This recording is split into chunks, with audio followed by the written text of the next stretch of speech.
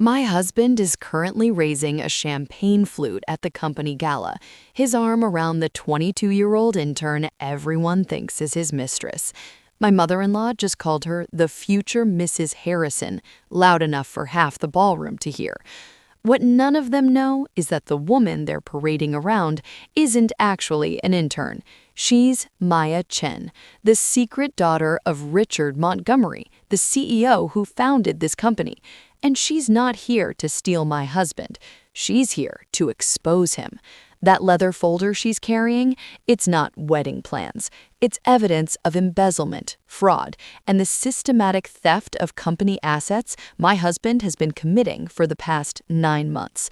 By tomorrow morning, he won't be celebrating his promotion. He'll be under arrest. If you're watching this, drop a comment telling me where you're from, because this story is about what happens when arrogance meets justice, and when the woman everyone underestimates turns out to be the most powerful person in the room. My name is Lauren Harrison, and 6 months ago, I had the perfect marriage. Or so I thought. I'm 34 years old, a senior accountant at Montgomery Financial Services, the company my husband Ethan also works for. We met 9 years ago at a company retreat. He was charming, ambitious, funny. We married within a year. For 8 years, we built a life together. A beautiful townhouse, 2 cars, date nights every Friday. We talked about starting a family soon. Then September came, and everything changed.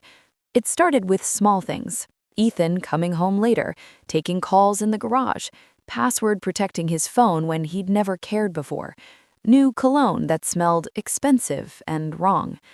But the real shift happened the night he came home at midnight, smelling like perfume that definitely wasn't mine. "Client dinner ran late," he said, not meeting my eyes. "You know how Peterson is. Once he starts telling stories, you can't escape." I'd called Peterson's assistant that afternoon. Peterson was in London all week. I didn't confront him, not yet. Instead, I started watching, waiting, documenting. And that's when I saw her. Maya Chen, 22 years old according to her LinkedIn profile, fresh out of Princeton with a degree in finance. She joined Montgomery Financial as a special projects intern, reporting directly to senior management.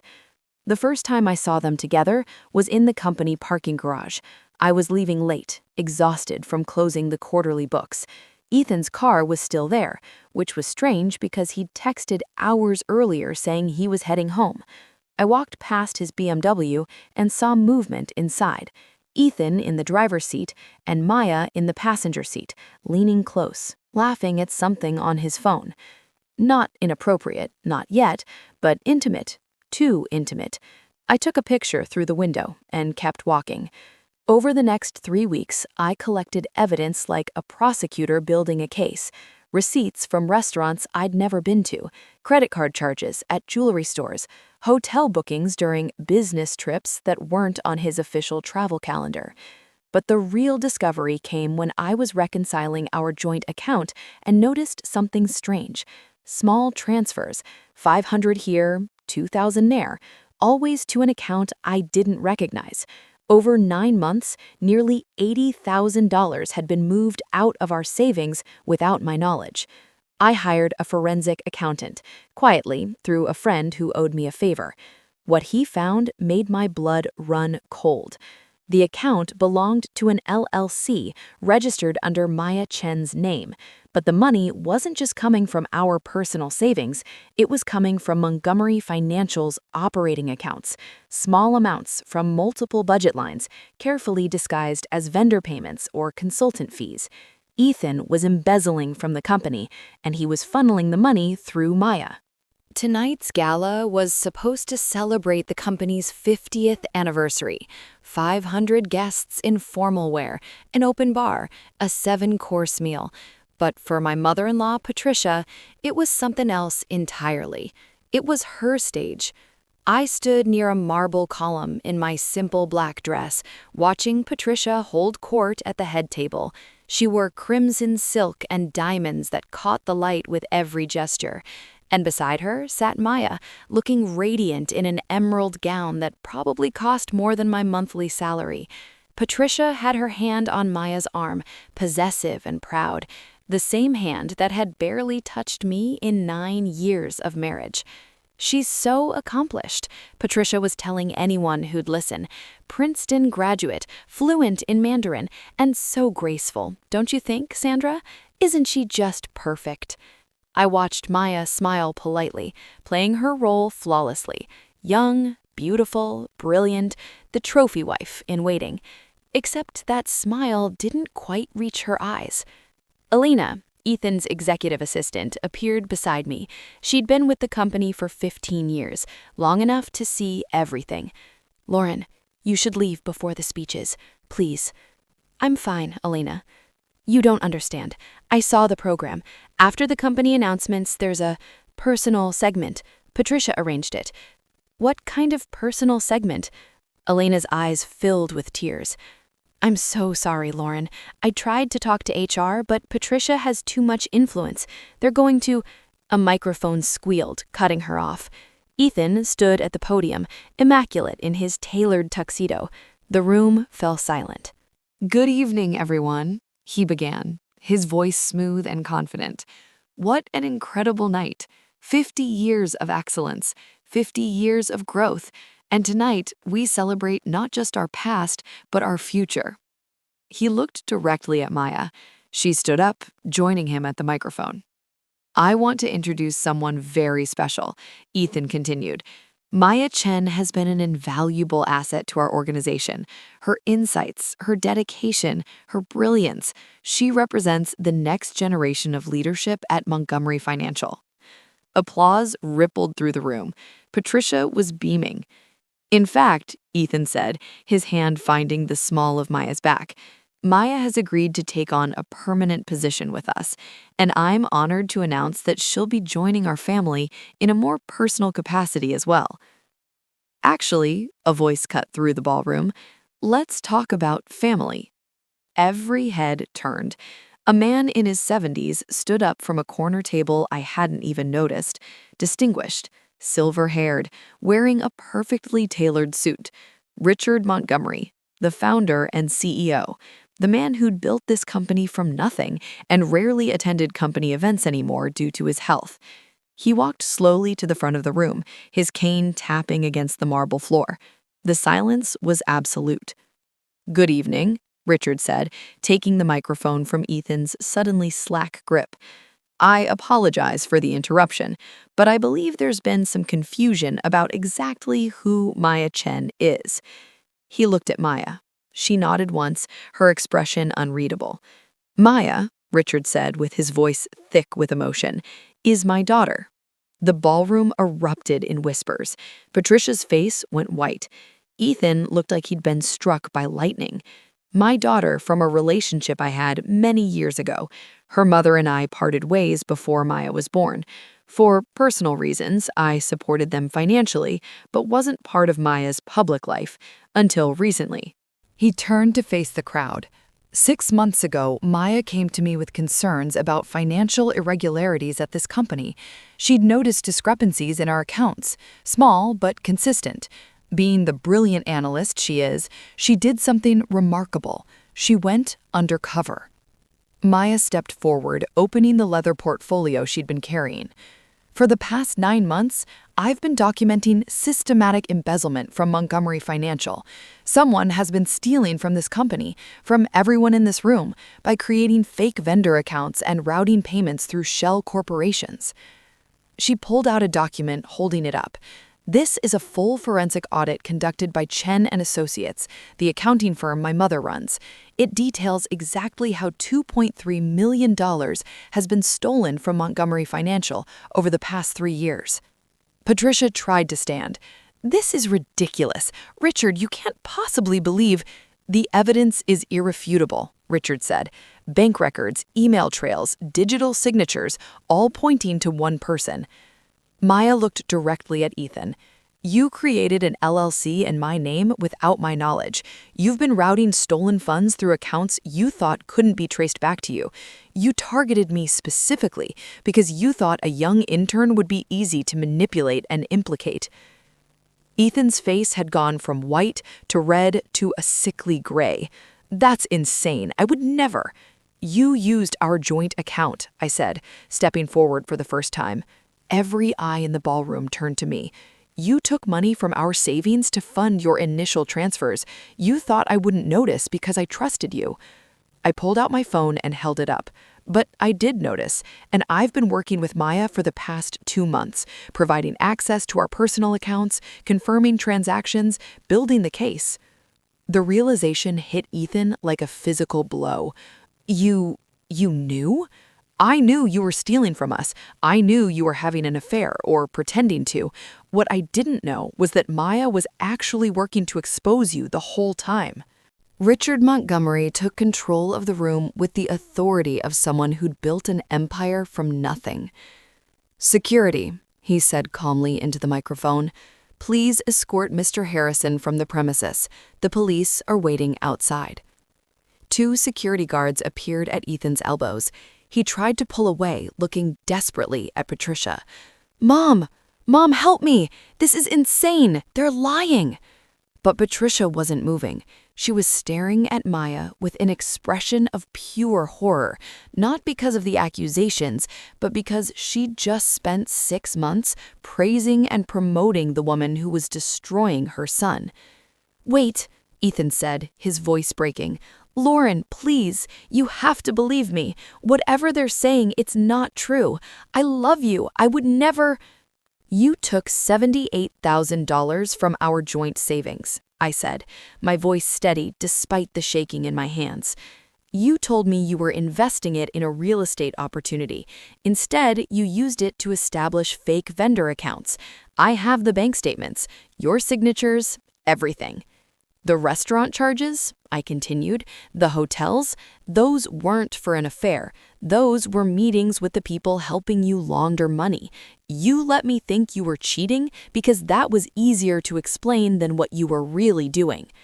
Maya stepped forward, her professional mask slipping for the first time. "You tried to frame me. You registered an LLC in my name, opened bank accounts with forged documents, and created a paper trail designed to make me look like your accomplice.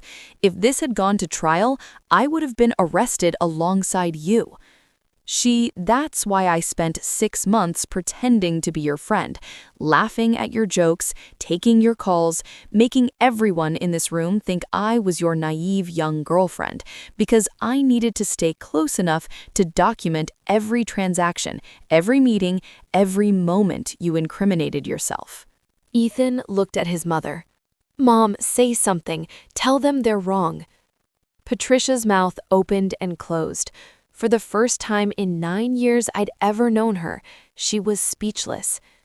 "Mrs. Harrison," Richard said, addressing Patricia directly, "you've spent considerable energy this evening praising Maya, calling her accomplished, graceful, perfect. I believe you even called her the future Mrs. Harrison at least 3 times tonight."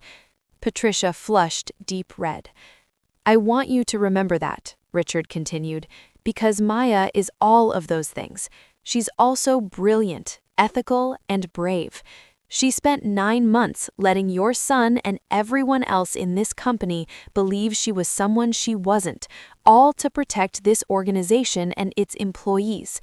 He turned back to Ethan. "You targeted my daughter because you thought she was young and stupid. You thought you could use her as a scapegoat. You have no idea how badly you miscalculated." The security guards began leading Ethan toward the exit.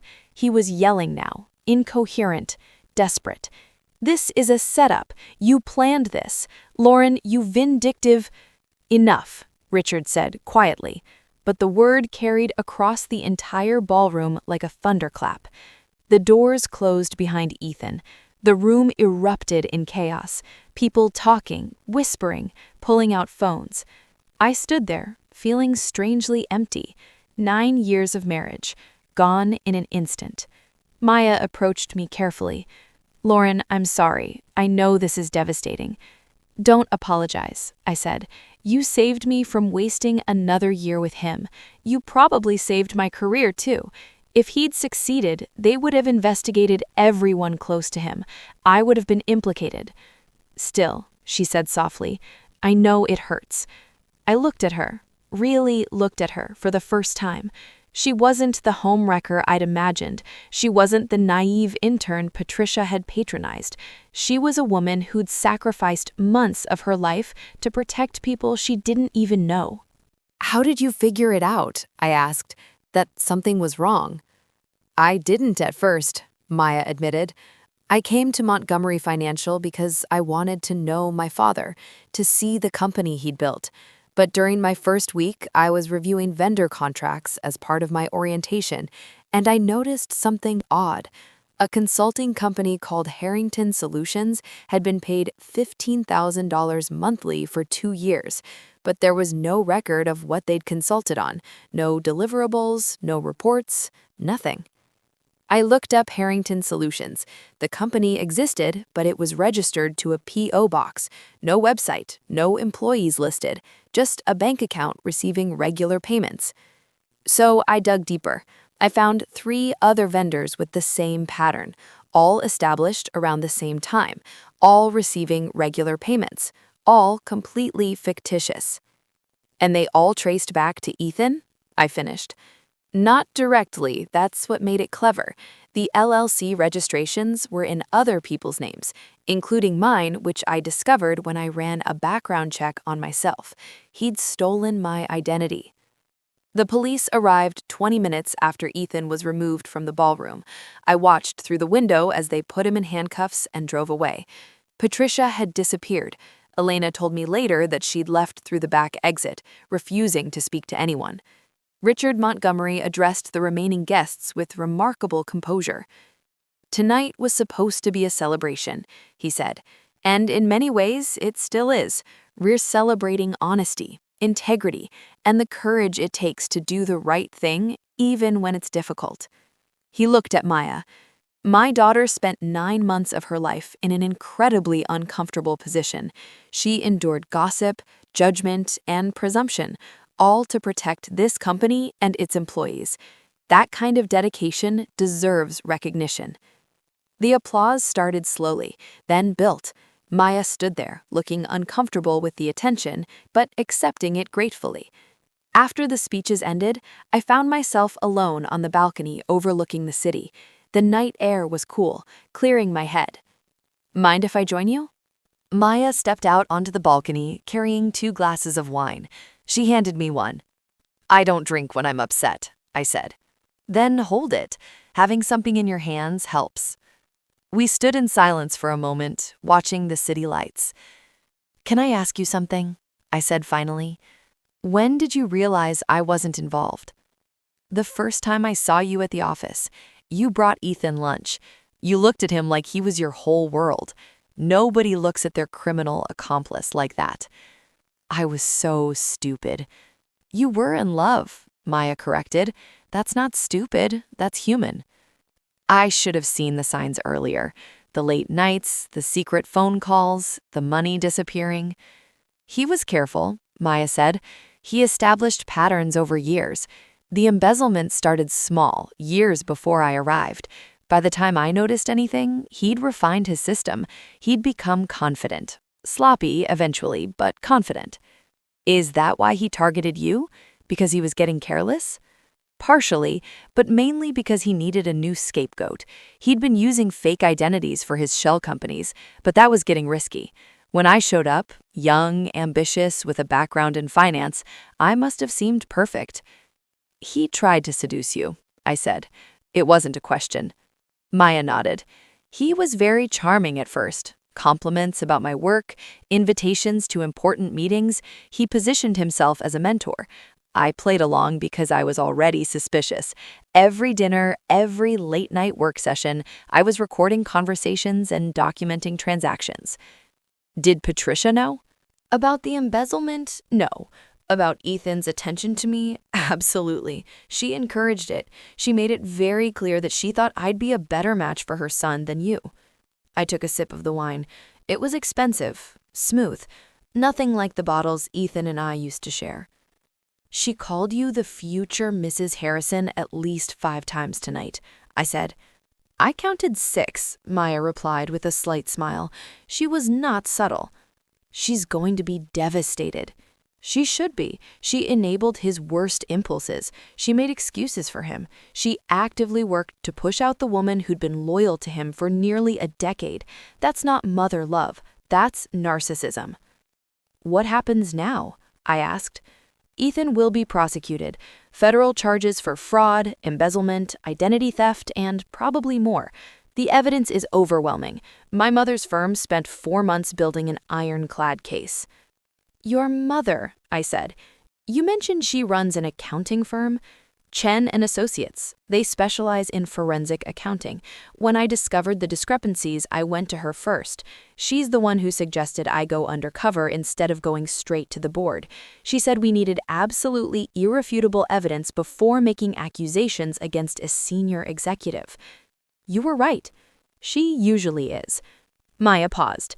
Lauren, I know this doesn't help right now, but you're going to be okay. You're smart, capable, and you have a career independent of him. You'll rebuild. How do you know? Because I watched you. While I was watching Ethan, I was also watching you. The way you handled difficult clients, the way you mentored junior staff, the way you kept showing up with a smile even when your marriage was falling apart. You're stronger than you think. I felt tears burning behind my eyes. I'd held them back all night, refusing to cry in front of Patricia or the gossiping executives. But now, hearing kindness from the woman I'd hated for months, they finally fell. I'm sorry, I said, wiping my face. This is so embarrassing. It's not. Cry all you want. You've earned it. We stood there as I cried. Ugly, gasping sobs that emptied out months of suspicion, betrayal, and fear. Maya didn't try to comfort me with empty platitudes. She just stood beside me, a solid presence in the darkness. When I finally stopped, she handed me a napkin.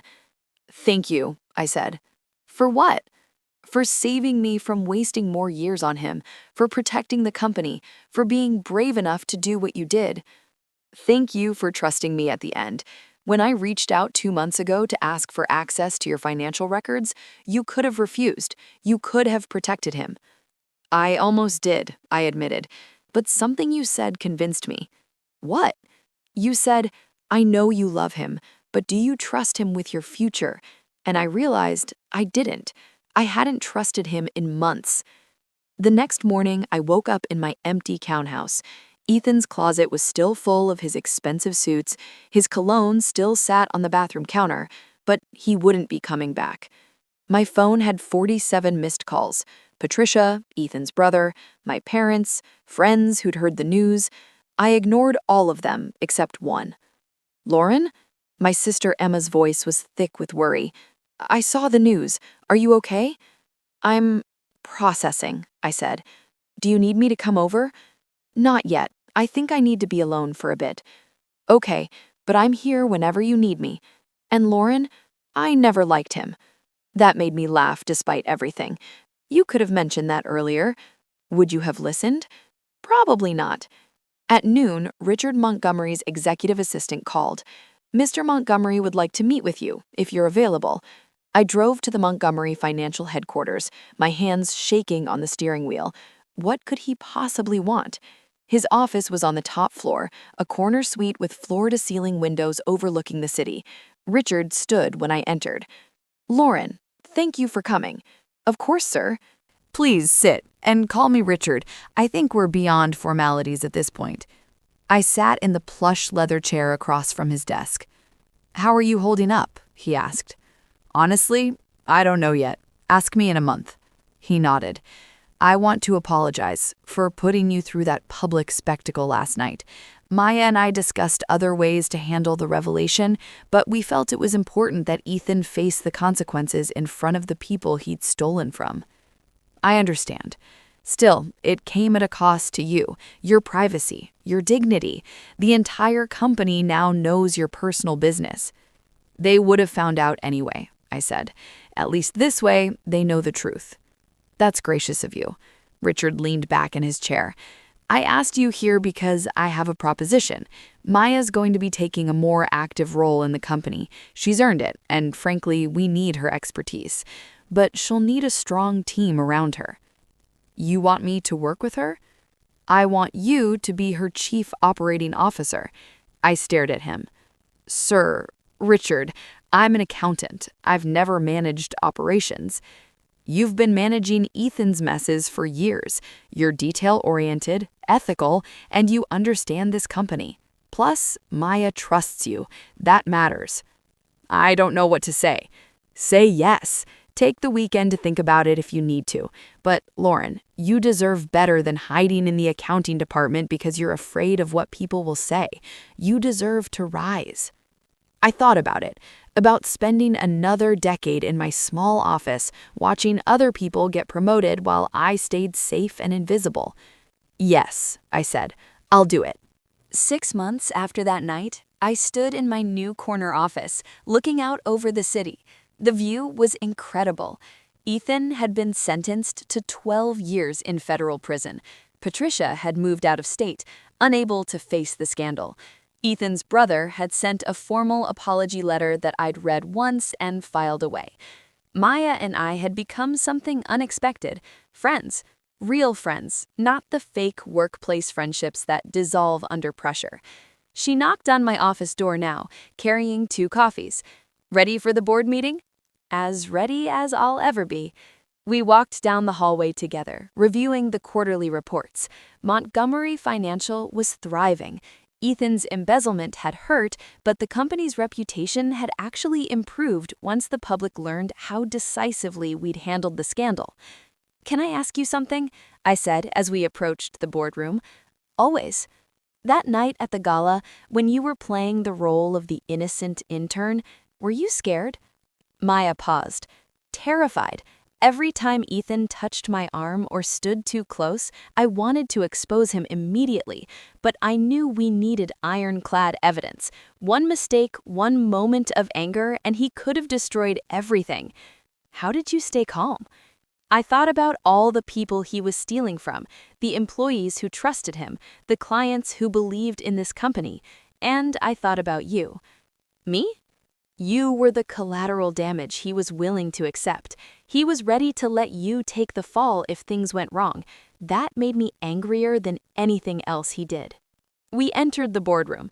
Richard was already seated at the head of the table, looking healthier than he had in months. Having Maya in his life had changed him. Ladies, he greeted us warmly, let's begin. The meeting was routine, financial reports, client updates, strategic planning for the next quarter. But at the end, Richard stood up. One more item of business. I'll be stepping back from day-to-day operations next month. My health requires it. I'll remain chairman of the board, but I'm naming a new CEO. Every board member leaned forward. Maya Chen will assume the role of Chief Executive Officer effective November 1st. Lauren Harrison will continue as Chief Operating Officer, and together they'll lead Montgomery Financial into its next chapter. The applause was genuine. We'd proven ourselves over the past 6 months. The whispers and doubts had faded, replaced by results that spoke louder than gossip. After the meeting, I found Maya standing by the windows in her office. CEO, I said, how does it feel? Overwhelming, exciting, terrifying. Welcome to leadership. She laughed. I couldn't do it without you, you know? You keep me grounded. And you keep me from playing it too safe. Good team, she said. The best. My phone buzzed. A message from Emma. Drinks tonight to celebrate? Family dinner? Maya guessed, seeing my smile. Sister drinks. Want to join? I'd love to. That evening, the 3 of us, Maya, Emma, and I, sat at a wine bar downtown. Emma was on her 2nd glass, gesturing wildly as she told a story about her latest dating disaster.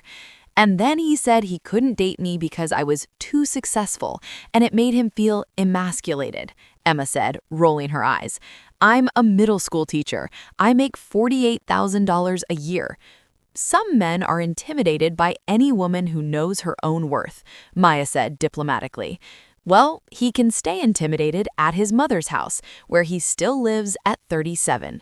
We laughed, and I realized something. I was happy. Genuinely uncomplicated happy for the first time in over a year. My phone rang. Unknown number. I almost didn't answer, but something made me pick up. Lauren? Ethan's voice came through, small and distant. I'm using my one phone call this month. Please don't hang up. I looked at Maya and Emma. They both nodded. Your choice. I'm listening, I said. I'm sorry. For everything. I was greedy, stupid, and cruel. I destroyed our marriage, my career, everything. And for what? Money I can't even use now? Why are you calling, Ethan? To tell you that you deserved better. You always deserved better. I was lucky to have you and I threw it away. I hope you're okay. I'm more than okay, I said. I'm the COO of Montgomery Financial. I'm working with amazing people. I'm building a real career. And I'm happy. Silence on the other end. Then, that's good. That's really good. I'm glad. Goodbye, Ethan. Goodbye, Lauren. I hung up and set the phone down. Well, Emma demanded, what did the trash bag want? To apologize. And nothing. It doesn't change what he did, but I think I needed to hear it anyway, to know that some part of him understands what he threw away. You're too forgiving, Emma said. I'm not forgiving him, I corrected. I'm just closing the chapter, moving on. Maya raised her glass. To moving on, to new beginnings, and to women who refuse to be underestimated. We clinked glasses and I felt a weight lift that I didn't even know I'd been carrying. Looking back now, I can see how every piece of the puzzle fit together. Ethan's late nights weren't about an affair. They were about embezzlement. His new cologne and clothes weren't to impress a mistress, they were the spoils of his theft. Patricia's cruelty wasn't just personal, it was her attempt to replace me with someone she thought she could control. But they all underestimated Maya. They saw a young, beautiful intern and assumed she was naive.